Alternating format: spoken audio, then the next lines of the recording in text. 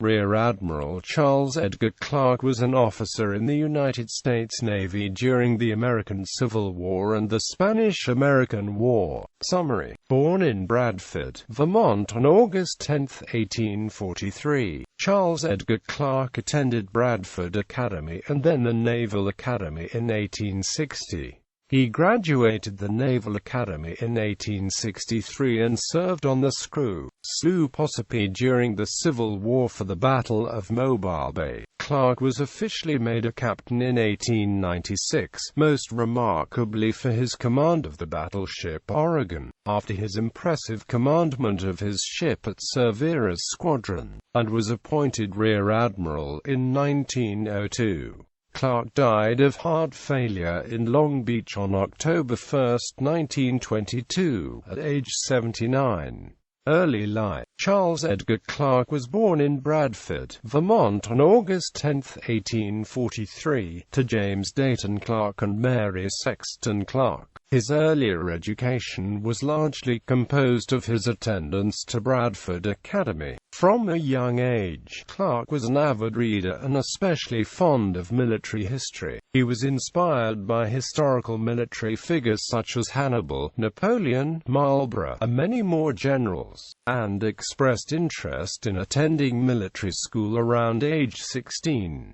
His father was acquaintanced with the Honorable Justin S. Morrill, and wrote to him asking for an appointment for Charles to the military academy. While he was denied at West Point on account of there being no vacancies, Morrill offered Clark a spot at the Naval Academy, which he accepted. Time at the Naval Academy. Clark traveled to the Naval Academy in Annapolis and arrived there on September 29, 1860. He first reported to the superintendent at the Naval Academy, Captain George S. Blake, and began working on the ship Constitution, or Old Ironsides, with C.R.P. Rogers, Edward Simpson, Stephen B. Luce, and Lieutenants Flusser, John Taylor Wood, Hunter Davidson, and William H. Parker. Rumors of war influenced a rising unrest at the Academy, and students' desire to leave school to be part of a fight was stronger than ever. Clark's first practice cruise was during the summer of 1862.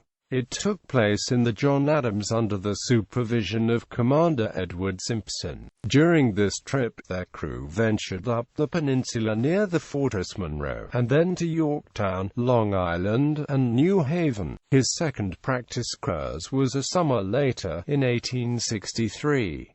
A crew served under Commander Stephen B. Luce on the corvette Macedonian. This trip ventured across the North Atlantic to New England, Plymouth, and Spithead. It was there that Clark and the other students visited the arsenal at Woolwich, where they saw weapons like triflammers. They spent time in France and New York, where they were towed into Long Island Sound by the steamer Freeborn shortly before she sank. Clark and the crew of the Macedonian rescued the other sailors and continued on the way. Life as a sailor and captain. Clark graduated from the Naval Academy in 1863. He commanded the Bermuda for the passage to the Philadelphia Navy Yard, where he then reported to the screw sloop Ossipee. He stayed on the Ossipee for the Battle of Mobile Bay and in the bombardment of Fort Morgan, which was all his Civil War service. Clark was promoted to captain in 1896. In March 1898, he took command of the battleship Oregon at the Mare Island Naval Shipyard, San Francisco. When war with Spain was deemed inevitable, he received orders to proceed to Key West, Florida, with all haste. The Oregon, her crew, and Clark sailed from San Francisco on March 19. After a most remarkable voyage of over 14,000 miles around Cape Horn, he joined the American fleet in Cuban waters on May 26.